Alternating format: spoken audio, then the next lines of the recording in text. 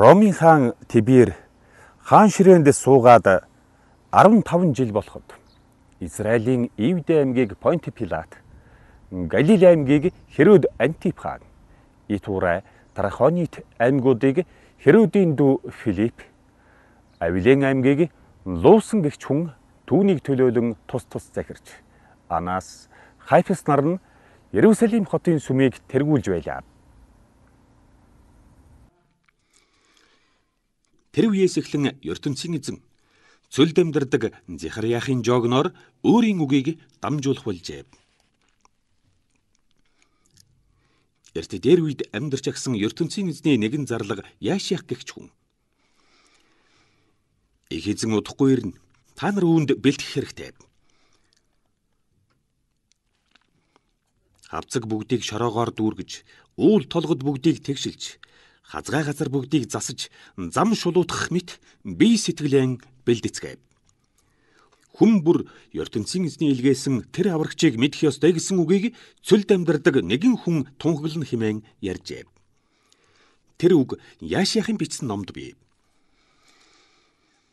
Гэтэл яг тэр ёсоор жогн Йордан голын хаваар явж хүмүүстэй уулзсан. Та нар гэмт амьдралаа орхих хэрэгтэй. Үүнийгэм батлыг гэвэл би та нарыг усаар угааж өгнө. Тэгвэл ертөнцийн эзнээс уучлалт авах болно хэмээн тунхаглалаа. Асар олон хүн усаар угаалгахаар ирэхэд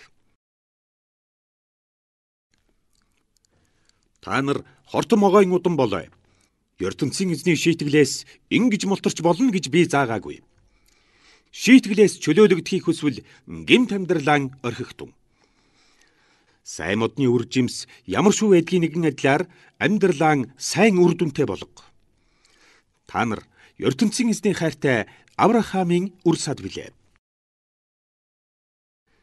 ертөнцийн эзэн түүний удмыг жаргалтай болгох учраа хожим бид ямар ч байсан жаргал авна гэж бодохын хэрэг харин байхгүй. Тэр дуртай цагтаа элгэн чулуунаас ч Авраамийн удмыг бий болгож чаднаа. Үржил шимгүй модыг цавчин шатаахын адилаар ертөнцийн эзэн өөдгүй муу хүмүүсийг мөдгөн шийтгэх болно гэж жогн хэллээ. Тэгвэл бид юу хийх хэрэгтэй гэж зарим хүн асуулаа. Хоёр дээлтэй хүн хувцсгүй хүнд дээлэн илүүчил. Идэх хоолоор илбэг дэлбэг хүн өлсгөлэн хүнийг хоолол гэж жогн хариуллаа.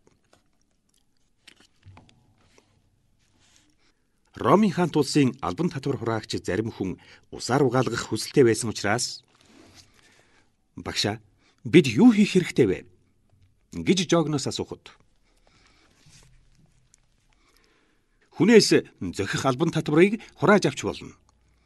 Харин бусдыг айлган сүрдүүлж илүү юм авч болохгүй гэж тэр хэллээ. Бид юу хийх хэрэгтэй вэ гэж Ромын хаант улсын цэргүүд жогноос асуухад мөнгө авахын тулд хүнийг айлган шахаж гүтгэж болохгүй. Авдаг ацаг хөлснөөсөө илүү мөнгийг бүүхс гэж хариуллаа.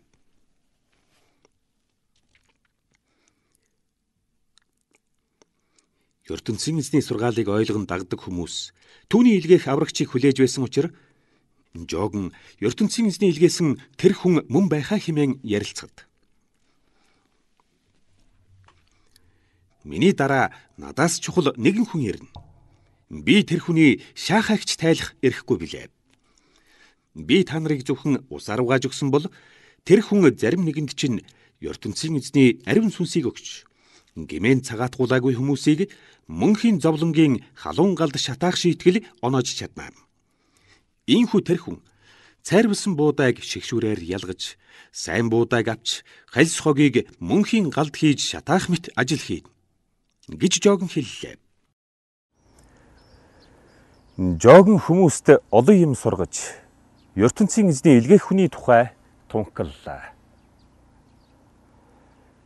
Херод Антип хаан дүүгийнхээ эхнэртэй явуулдаж, өөр олон ёс бусын юм үйлдэж байсан учраас жогн түүнийг буруу шаадаг байлаа. Иймээс Херод хаан түүнийг шоронд хорлоо. Түгээрээ Херод хаан улам муу юм үйлдэжээ.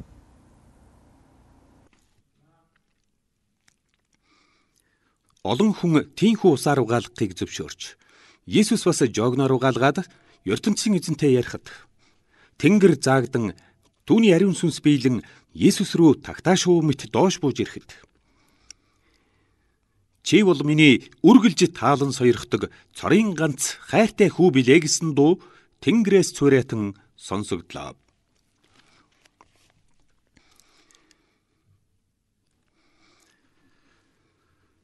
Гучаад настай байхдаа Есүс сургаалаан зааж эхэлсэн байна. Хүмүүс Есүсийг Элины Йосефийн төрсөн хүү хэмээн бодцоож байлаа.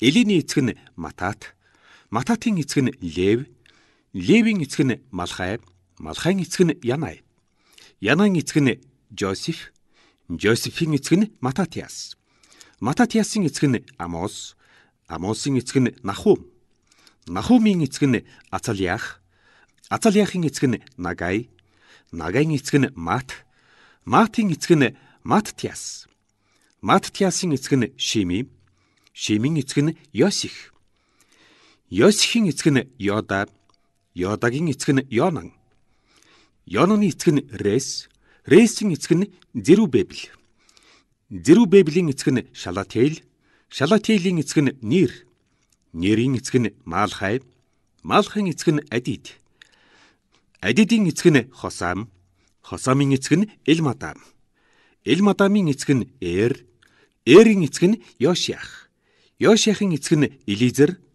Элизерийн эцэг нь Йорим, Йоримын эцэг нь Матат, Мататын эцэг нь Лев, Левийн эцэг нь Шимүн, Шимүний эцэг нь Иудэ, Иудэн эцэг нь Йосеф, Йосефийн эцэг нь Йонам, Йонамын эцэг нь Илехим, Илехимийн эцэг нь Мелей, Мелейн эцэг нь Майнан, Майнаны эцэг нь Матаха, Матахагийн эцэг нь Натан, Натаны эцэг нь Давид хаан, Давид хааны эцэг нь Яшяй, Яшян эцэг нь Өвед, Өведийн эцэг нь Боаз, Боазын эцэг нь Шалах, Шалахын эцэг нь Нахшон,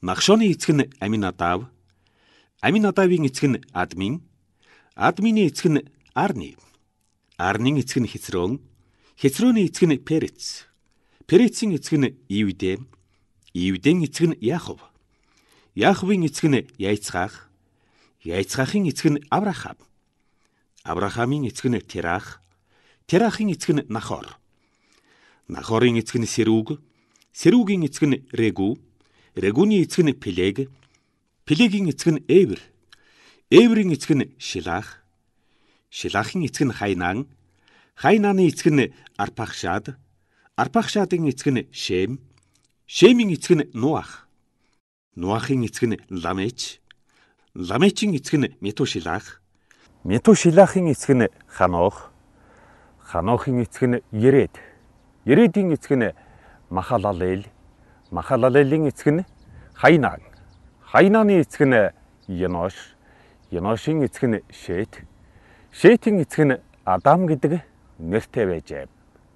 Адам бол ертөнцийн эзний бүтээсэн анхны хүн байсан юм.